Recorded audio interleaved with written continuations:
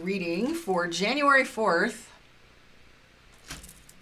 Already into this new year. I felt like I was just waiting for Christmas yesterday. Christmas came and went. New Year's came and went. I feel like, woo, that went super fast. Okay. Here we go, Cancer. This is for you.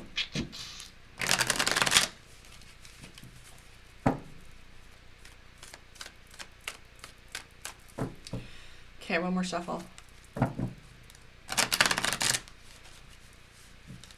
Okay, here we go, Cancer. Four of Cups. Are you being more social? Coming out of being more social? Or coming out of a phase where you didn't want to be, I should say. Being a little more social. Ooh, I've got some good news for you. Opportunity, success. Okay, no, you're not coming out of being with people. You're wanting to be less social. We have the Hermit card. So this isn't isolation. So I want you to think about, there's a lot of fun things in here. I just don't know where to begin. Let me look at this for a second. If you're interested in seeing the cards picture in picture, jump on my YouTube and you can see them in play. So let's just start with the center of your reading. Usually that's the identifier for the querent or the person that's requesting a reading. And in the center of the reading, we have the Fool card. So the Fool card is traditionally, tarot is named after the Fool. The whole deck is referred to as the Fool's journey. It is the things that people go through and what journey we go on. And so the Fool often represents the choice. It also represents opportunity and crossroads. So that's why there's a checkerboard and usually an angle somewhere within it. They're on the top of a cliff or standing at a fork in the road. He's got all his gear and he's ready to go. Now, a lot of people, because we have the Fool in recent history as a jester or someone that's an idiot, the word's used as a way that makes you not want to be the Fool. But the Fool often shows up and it reminds us of opportunity. Now, it's not present if opportunity isn't present. So this is a clue that there are some new beginnings for you, because that's also another one. Just like our aces are our new beginnings, our pivot points, and our trump card, this is like the ultimate ace. Okay?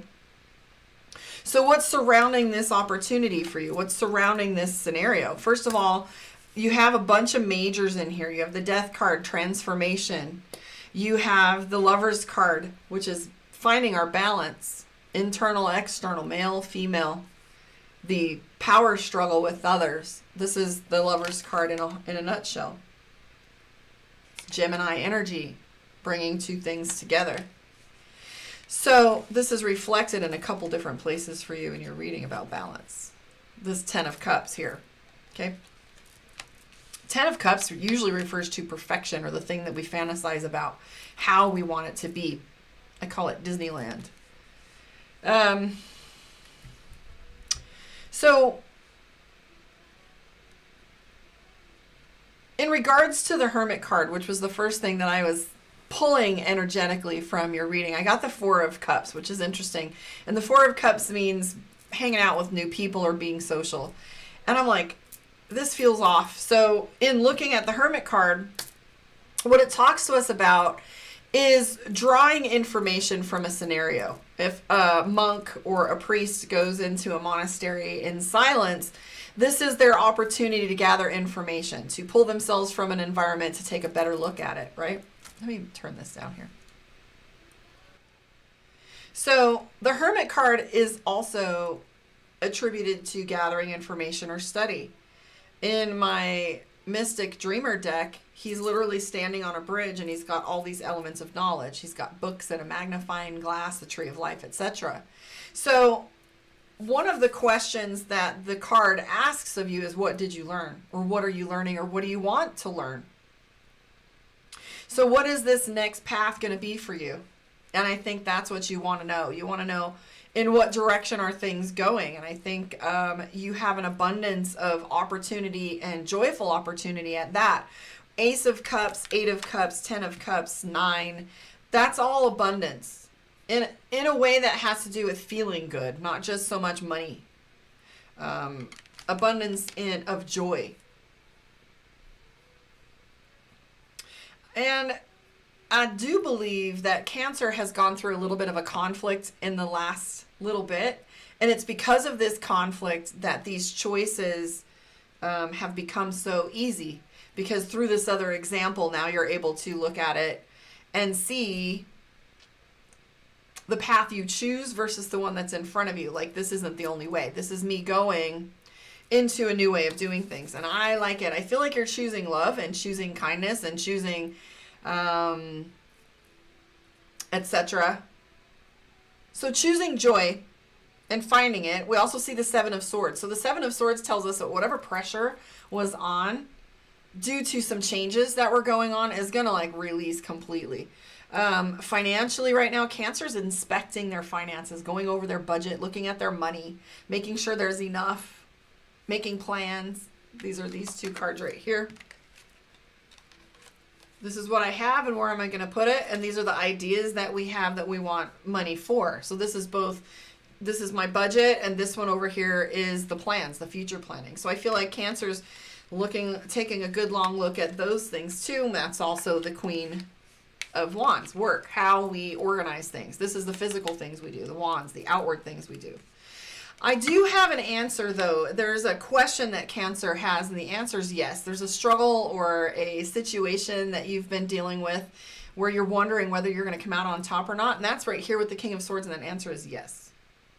But you're going to have to cross swords with someone in order to get there. Just so you know. Let's pull some cards for you from the Mystic Dreamer and see what your moon reading is. If you know what your moon reading is. If not, just hang out. I was talking this week about my Hellenistic astrology course that I'm taking, and my instructor said, I wrote it down and I keep forgetting, making sure I know it, but if I get it in the wrong order, I'm going to be mad forever. There it is. That's right. I keep saying story and setting, and there's circumstance and story. So your sun is your story, the story of you. The moon is your circumstance. And if you translate that into like how some people look at the moon as your emotions, your circumstance causes these thought processes. So I think it gels either way. Let's take a look at your Cancer moon reading. Here we go. 10 of Cups is an indicator card from your general spread to your moon reading. So that tells me that Cancer is, and the Fool card, nice. So 10 of Cups, I call that my Disneyland card. You guys have heard me talk about it in that way before. So what I mean by that is, so fantasy, the story, the perfection, right? If you look at this card, we've got a perfect family with a child and the castle and the rainbow. And this is a storyline. And oftentimes it's unrealistic. It's romanticizing something. So this card comes with a lot of caution. So next to that is the 10 of Wands, the Judgment, the 8 of Cups, and the 9 of Pentacles. And that sentence feels like Cancer is worried about judgment from outside sources. You're worried about how things look in a certain way. My God, this is theme of the week. I was all over this one with Aries yesterday, but theirs was coming up regarding integrity.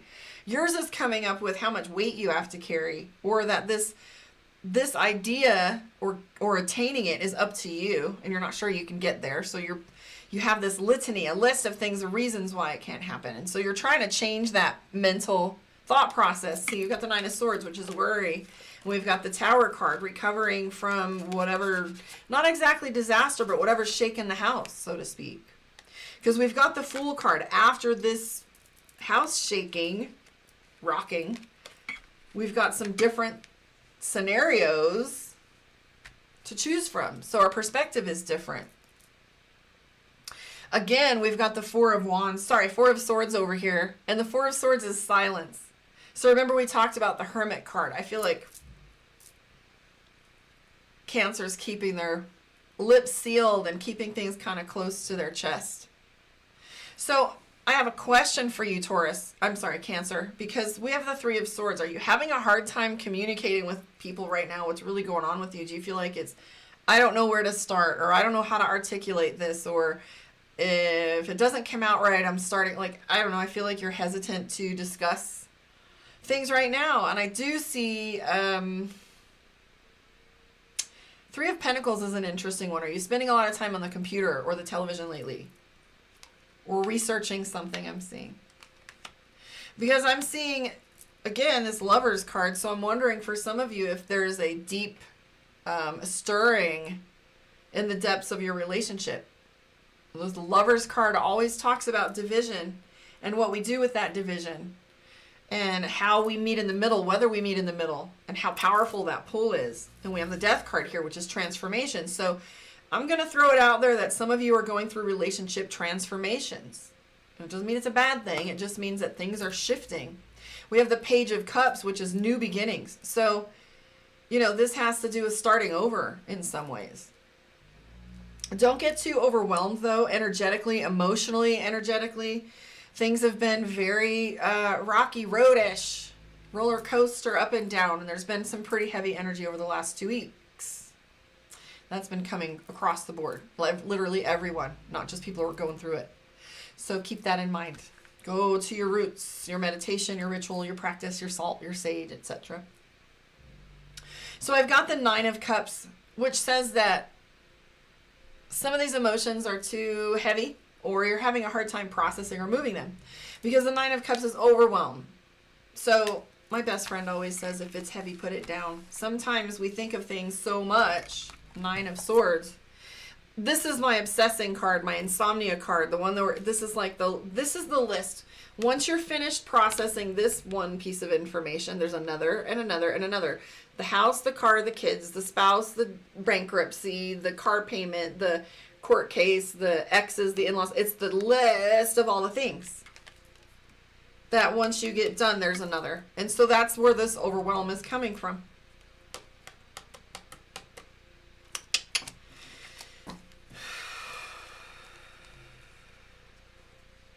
So let's focus on this other thing though too. Let me show you what I'm seeing here with this before I put them down. All right.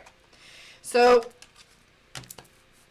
like I said, we have this Ten of Cups, which is, I think, the way this looks to me is that Cancer has this super high standard for themselves right now. And I think that Cancer's worried about not meeting that standard for themselves. And I don't know if you're worried about, if you're judging yourself, because I don't really feel like this is external, to be honest with you. I'm not seeing the Three of Wands where that's people harassing you or criticizing. What I am seeing is Three of Pentacles. Maybe you're afraid of being seen, or maybe you're worried about judgment and how things are going to look or be perceived. And I'm really picking up that Cancer is worried more about the standard they've set for themselves. Every moment is a start over. Not just every day. We get to take a breath and every moment and start over. That's what's magical. So if you feel like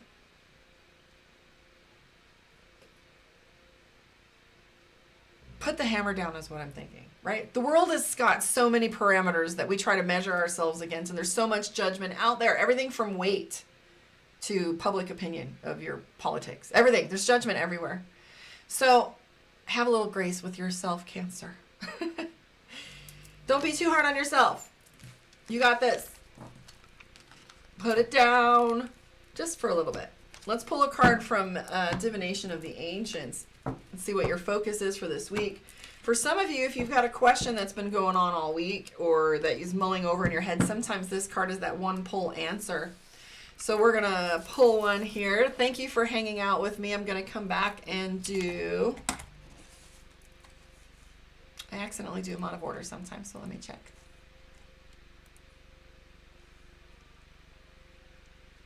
That's right. Okay. Somebody was asking Leo, and I was going to be doing it on Tuesday. That's right. So Leo is next if you are a Leo or you know a Leo.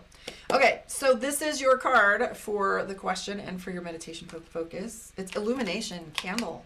So here's what's fun about this one. Illumination has to do with putting like light to something, illuminating a scenario or situation, or drawing attention to it.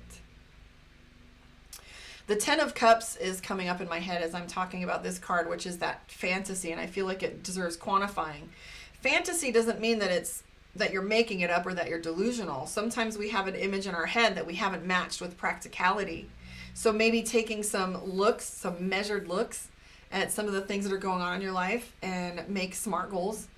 But candle, shed some illumination on it. Secondly, I've been doing a lot of candle work lately. So do you do focused meditation? Are you doing things by intention? So this is illumination. In what ways can you illuminate your life? Thank you for hanging out with me. I'll catch you guys on the flip side. To book your one-on-one, visit karmaondeck.com. You can hit me up for classes, mentorship, coaching, etc., or to book your session. Please hang out with me on YouTube, where you can get your weekly reading and see the playlist. You can see the picture-in-picture and get your notifications. Share it out, like,